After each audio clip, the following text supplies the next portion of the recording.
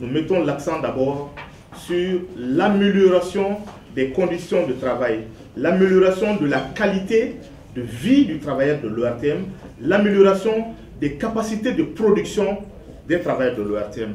Je vous donne juste un exemple. Lorsque un directeur général est désigné à l'ORTM, il est prévu pour lui peut-être un véhicule V8, comme c'est le cas pour tous les services publics au Mali. Directeur général de l'ORTM, vous avez droit à un V8 qui coûte environ 65 millions de francs CFA. Alors, ça lui sert à quoi? Le matin, hein?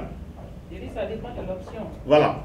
Le matin, il monte dans ce véhicule, il roule, il vient le garer dans son garage le matin, il entre dans son bureau, peut-être il en sort jusqu'à 16 h ou peut-être à midi pour la pause. Il remonte dedans, il va à la maison. Cette caméra, c'est la mienne, je l'ai achetée avec tous les accessoires, ça m'a coûté 6 millions de francs CFA. Alors cette caméra, 10 fois, ça fait le prix d'un véhicule pour un directeur général. Pendant que nous avons une misère de caméras à l'ORTM. Alors, vous prenez ces 60 millions, vous investissez dans 10 caméras, chaque caméra rapporte au minimum 1 million de francs CFA par mois. Ça veut dire que chaque caméra va rapporter au minimum 12 millions dans l'année. Alors, vous prenez 10 caméras, ça vous fait 12 fois 10, ça fait 120 millions. Vous avez par an le double du véhicule dans lequel roule le directeur général pour juste aller de la maison à son service et aller du service à la maison. Alors, il y a des choix de gestion souvent qu'il faut faire. Alors, mon projet avec mes autres camarades, c'est de faire en sorte que tous les agents de l'ORTM, que vous soyez journaliste, que vous soyez caméraman, que chacun soit une unité autonome de production. Ça veut dire que nous avons 60 caméramans, ils auront 60 caméras. Et à partir de là, chaque producteur est capable d'aller faire n'importe quelle production dans un temps record et donner satisfaction aux gens. Si nous arrivons vers ça aujourd'hui, nous aurons le maximum de producteurs dans les régions du Mali, nous aurons le maximum de journalistes à l'intérieur, nous aurons la possibilité d'envoyer des gens à l'extérieur où il y a des Maliens de l'extérieur pour produire des produits qui intéressent les Maliens. Si nous prenons les nouvelles technologies, aujourd'hui, les opérateurs de téléphonie annoncent à peu près 12 millions d'abonnés au téléphone mobile. Alors, nous savons que Internet est accessible aujourd'hui à partir du mobile. Et si nous partons de ce postulat, on peut affirmer sans aucun risque de se tromper que nous avons au minimum 8 millions d'internautes au Mali. Alors, vous avez autant de téléspectateurs, autant d'auditeurs pour la radio. Mais à condition que les programmes de l'ORTM soient accessibles avec les nouveaux gadgets. Que j'ai la possibilité sur ma tablette de suivre les programmes de l'ORTM, que j'ai la possibilité sur mon smartphone de suivre les programmes de l'ORTM, mais à condition qu'on élabore une application qui permette à quelqu'un de pouvoir suivre l'ORTM. Donc nous ambitionnons de développer un département consacré à Internet, un département web qui va non seulement faire des productions, mais qui va développer des applications qui permettent à nos téléspectateurs de suivre l'ensemble de nos productions et surtout à la demande. Ça, c'est extrêmement important. Vous faites des reportages aujourd'hui, c'est diffusé dans le journal. Le téléspectateur n'a aucun autre moyen de retrouver cela s'il n'a pas la chance de suivre le journal. Aujourd'hui, vous avez MaliWeb et certains organes qui peuvent rediffuser nos journaux de l'ORTM, mais ça reste quand même des partenaires, des structures extérieures qui mettent à la disposition des produits de l'ORTM aux citoyens. Mais dans le site de l'ORTM, si vous faites l'expérience de vous y rendre, peut-être que la dernière information que vous y trouverez date peut-être de 2012.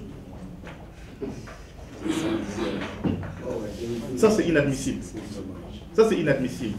Et pourtant, les compétences ne manquent pas. Les compétences ne manquent pas. Nous avons beaucoup de talents.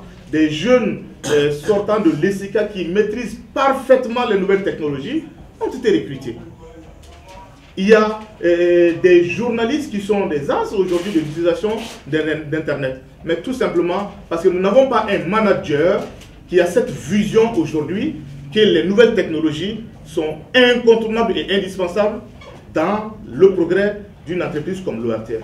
Alors nous entendons développer un département web qui va se charger de développer des produits adaptés aux besoins de cette frange de la population qui sont aujourd'hui accros d'Internet. Nous avons, sur le plan de la culture, nous avons nos langues nationales. Aujourd'hui, quand vous prenez le programme de l'ORTM, les langues se résument à quoi? Tous les jours, chaque langue a, je crois, 10 minutes pour faire le résumé de l'actualité, mais ils prennent juste les journaux, les éditions de la veille qui diffusent et avec leur traduction dans les langues nationales. Il faut que cela change. Il faut que nous tenions compte qu'au Mali, jusqu'à une date récente, nous avions 80% de la population qui n'ont pas été alphabétisés en français. Donc, ces 80% de la population ne doivent pas se sentir exclus des programmes de l'ORTM. Donc, nous envisageons de développer un département consacré aux langues nationales qui va produire des émissions, des reportages, des débats dans les langues nationales destinées à tous les Maliens. Vous savez, la radio et la télévision sont des facteurs de cohésion. Ils sont capables de concilier les Maliens. C'est l'expression de la diversité culturelle. Si nous développons aujourd'hui ces langues, ces programmes dans ces langues destinées aux populations, vous allez voir, on va résoudre pas mal de problèmes. Donc notre patrimoine regorge de creuser indescriptibles qui sont capables de concilier les gens, mais il faut juste qu'on aille vers ça. Nous avons également un autre axe important. Vous savez, nous avons le marché sous-régional de l'UEMOA, à peu près, ça fait 300 millions d'habitants. Ces 300 millions d'habitants constituent un marché aussi pour l'ORTM. Et l'ORTM doit non seulement s'exporter vers ce marché, mais également importer de ce marché des produits qui peuvent intéresser les Maliens. Mais il faut que nous nous adaptions au contexte sous-régional, que nous soyons compétitifs, que nous ayons des produits qui puissent intéresser les Maliens. Moi, j'ai rencontré des gens qui m'ont coaché tout au long de leur formation, qui sont capables, dans l'année, de vous produire 52 documentaires inédits, c'est-à-dire un documentaire par semaine.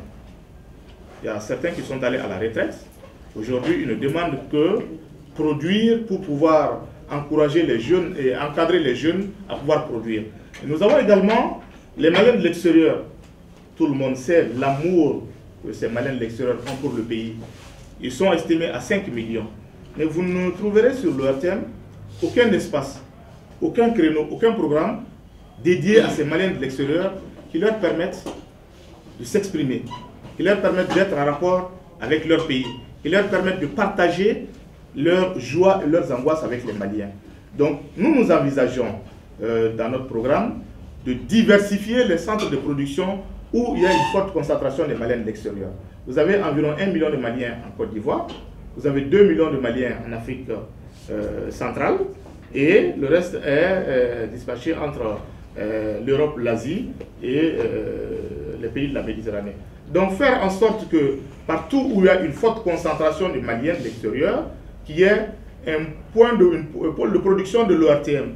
C'est à la fois stratégique et économique, parce que ce potentiel regorge des richesses. Nous avons, les statistiques ont montré, c'est la BAD qui a estimé que l'apport des Maliens au développement, de la diaspora au développement est estimé à environ 300 milliards de francs CFA par an. Alors, il n'y a pas de raison que l'ORTM ne puisse pas développer des programmes pour s'adjuger au moins 1/100e de ce marché-là. Il faut juste qu'il y ait des produits qui vont vers ça. Si nous prenons le développement rural, j'en termine avec ça, j'ai trop parlé. Nous avons un potentiel énorme sur le plan agro-silvo-pastoral. Mais l'agriculture, l'élevage au Mali sont à une échelle primaire familiale. Pourtant, il y a des techniques, il y a des technologies qui ont été développées par des instituts de recherche malien, alors, qui ne demande qu'à être vulgarisé, qui ne demande qu'à être mis à la disposition du grand public pour encourager l'amélioration, pour encourager la création de valeur ajoutée. Donc voilà quelques axes de notre projet pour l'autre ORTM. Nous sommes convaincus que la vision des managers, c'est de venir trouver les gens là où ils sont, chacun avec ses atouts et ses faiblesses, avec ses compétences et ses talents. Vous, en tant que manager, vous venez avec une vision. Vous avez une équipe en face de vous. Vous devez avoir une idée de cette équipe, de la compétence de chacun. Et vous, c'est à vous, en tant que capitaine, de les diriger, de vous acheminer avec eux vers la destination que vous souhaitez. En mettant l'accent sur le positif que vous pouvez tirer à chacun de ces cadres-là. Ça manque aujourd'hui à l'ORTM. Et c'est ce que nous voulons promouvoir. Faire en sorte que chaque agent puisse donner le meilleur de lui-même. J'ai appris d'un de nos éminents professeurs à l'extérieur que lorsque vous dites à quelqu'un à longueur de journée vous êtes mauvais, vous êtes mauvais, vous êtes mauvais, vous contribuez à le rendre mauvais. Mais lorsque vous dites à quelqu'un, nonobstant ses faiblesses, il fait un acte positif, vous le valorisez, il va continuer à faire cet acte positif-là, parce que tout le monde a besoin d'être encouragé, d'être félicité dans ce qu'il fait. Mais tant que cela n'existe pas, l'excellence n'est pas rémunérée, le travail bien fait n'est pas récompensé, c'est le clientélisme, la gabégie qui sont la règle, on va produire l'ORTM que nous avons aujourd'hui. Et moi, avec tous les gens qui sont avec moi, qui croient en ce projet, nous estimons que cet autre ORTM, c'est maintenant qu'il faut le bâtir. Et c'est avec nous qu'il faut le réussir, avec personne d'autre. Je vous remercie de votre très aimable attention.